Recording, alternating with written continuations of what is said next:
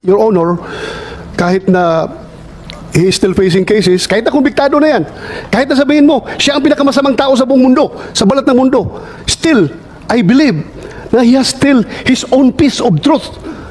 Hindi naman ibig sabihin na pinakamasamang tao yan, hindi na natin pakipaniwalaan. How unfair can we be to the people kung hindi natin siya paniwalaan? Kaya, that's the purpose of this hearing, to hear them, to listen to them. And it's up for us to believe. Whether we believe on him or not, then same goes true with all the resource person. Ganoon po ang ating treatment dapat.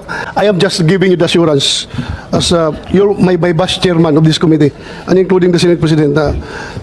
Please, magtiwala lang kayo sa akin and I will do my best na hindi tayo mapapahiya dito sa yung institusyon natin. Hindi mapapahiya dahil sa ginagawa kong hearing. That's all. Mr. Chair, I believe in you. I believe in you. Thank you. I trust you. I think majority of our colleagues trust you. Thank you. Thank you. Wala akong sinasabi na bias ka. No. We have trust. We have full trust and confidence in you, Mr. Chair. Committee, we have to ferret out the truth, and it must and it should be based on evidence. Recording in progress. But unfortunately, our resource person present here today, that I am testing his credibility, does not have any evidence to present. So, Mr. Chair, Mr. Senate President, Mr. President, if we continue to listen to the imagination or the alibis of this witness, it might, don't get me wrong, Mr. Chair, it might diminish the credibility of this committee. So, that is my piece, Mr. President and Mr. Chair. If we continue to listen to all his alibis and all his lies, imagination, baka mawala yung kredibilidad ng hearing na ito. That's why we have to, sometimes, siguro, papalahanin ko rin yung sarili natin, we have to vet our resource person. Hindi katulad nito na paniniwalaan natin na marami palang kaso. Yes, Your Honor, I fully agree with you. I fully agree with you. As I've said, meron akong pinaniwalaan sa kanya sinasabi, meron din akong hindi pinapaniwalaan. Kaya nga tayo nag-hearing dito, para nga i-validate natin yung mga pinagsasabi niya. Yun lang po sa akin. I want to hear everyone. Wala po akong sabihin na magpagamit kung anong meron siyang agenda. Wala po. At rest assured na hindi madidiminish yung ating yung ating reputasyon just because of entertaining Agent Jonathan Morales. For all we know, Mr. President, Your Honor, kahit na he is still facing cases, kahit na kumbiktado na yan, kahit na sabihin mo, siya ang pinakamasamang tao sa buong mundo, sa balat ng mundo, still, I believe na he has still his own piece of truth. Hindi naman ibig sabihin na pinakamasamang tao yan, hindi na natin pakipaniwalaan. How unfair can we be to the people kung hindi natin siya paniwalaan? Kahit na masama siyang tao. Kaya, that's the purpose of this hearing, to hear them, to listen to them. And it's up for us to believe. Whether we believe on him or not, then same goes true with all the resource person. Ganoon po ang ating treatment dapat. Basta ako, I am just giving you the assurance as you're my vice chairman of this committee and including the Senate President. Please, magtiwala lang kayo sa akin and I will do my best na hindi tayo mapapahiya dito sa yung institusyon natin. Hindi mapapahiya dahil sa ginagawa kong hearing. That's all. Mr. Chair, I believe in you. I believe in you. Thank you. I trust you. I think majority of our colleagues trust you. Thank you. Wala akong sinasabi na bias ka. No. We have trust. We have full trust and confidence in you, Mr. Chair. What I'm saying, the reason why I gave that particular statement, that it might diminish the credibility of this committee because of the lies and the imagination of this resource person, because I have repeatedly asked question if he has evidence or he has evidence to present or to provide this committee. Wala ho talaga siyang ebidensya maipakita. At yung tinatanong ko lagi sa kanya, yung second question ko sa kanya kanina, which I asked before during the second hearing, kung sino yung confidential informant niya, sinabi niya, hindi niya matandaan. So how can we believe in this kind of resource person na wala naman talaga siyang pirepresentang hard proof evidence dito sa committee nito? We are here to ferret out the truth, to know the truth, and nothing but the truth. Yun lang naman, and in aid of legislation. Yun lang naman talaga ang gugustuhin natin. Pero if you have this kind of resource person who are spreading lies and intrigues, that is not acceptable, Mr. President, Mr. Chair. Thank you, Senator Jinggoy. I would yield the floor to Senator Bongo. Mr. You have the floor, Your Honor. Mr. Chairman and Senate President Mig Subiri at sa lahat ng resource persons narito. Magandang araw po sa inyo lahat. Una po sa lahat, gusto ko pong klaruhin that our objective here is to shed light on the matter and to uncover the whole truth in these allegations. Nothing but the truth. No more, no less. Nandito po ako para suportahan ng ating chairman, Senator Bato, para alamin po ang katotohanan. The truth only. Hindi po tayo magkakamali dyan. Kaya naman po ako po sumasangayon kay Senator Bato that we should keep politics out of this hearing. Ang pangunahing layunin natin dito ay ang kapakanan at kaayusan ng publiko. Ayaw natin na bumalik ang paglalaganap ng illegal na droga dahil pag bumalik yan, babalik na naman po ang kriminalidad, babalik po ang korupsyon sa gobyerno. Hindi ito dapat nakadepende kung sino yung kakampi natin dito. Isa po ang ating labanan po ang illegal na droga. Kaya umaapila po ako dahil sa ating mga resource persons nandito ngayon, sabihin nyo lang po ang totoo, the truth only. At pinag-usapan po natin ang droga dito. Mas importante po itong problema ng droga sa ngayon.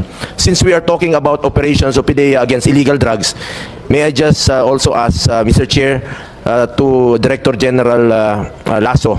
Last May 2, 146.2 million worth of shabu was seized in Zamboanga City. Totoo po ito, Director General?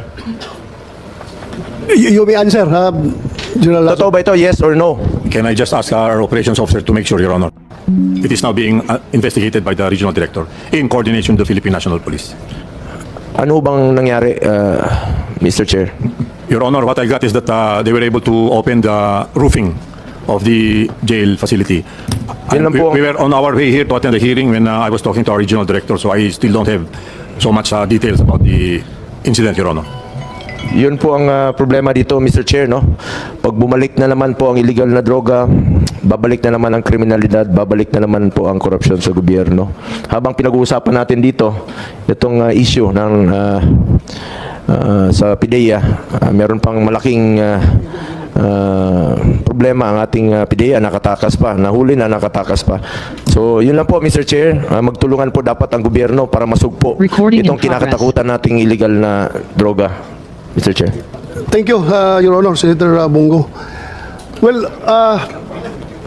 we have invited General Serapio. Nakiusap siya dahil flight niya pauwi ng Davao this afternoon. Unahin ko munang tanongin si General Serapio para makaalis na.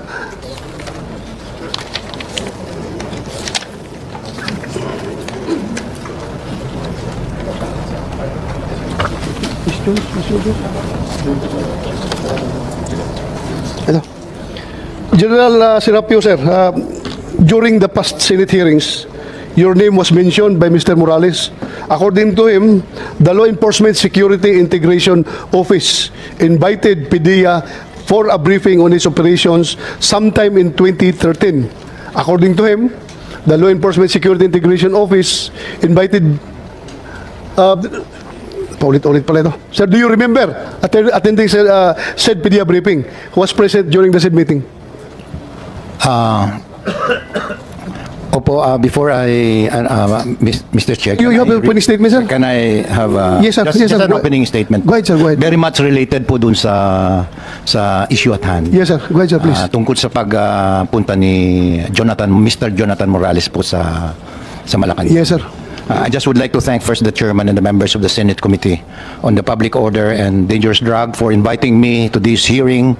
My greatest, of course, appreciation to all of them for allowing me to be present in this august body. Of course, before anything else po, I would like to also to enlighten the body on the function of LISIO. Kasi na-mention po, Mr. Chair, yung LISIO. So, from 2012 to 2016, I served as the head of the Law Enforcement and Security Integration Office, an attached unit under the Office of the Executive Secretary.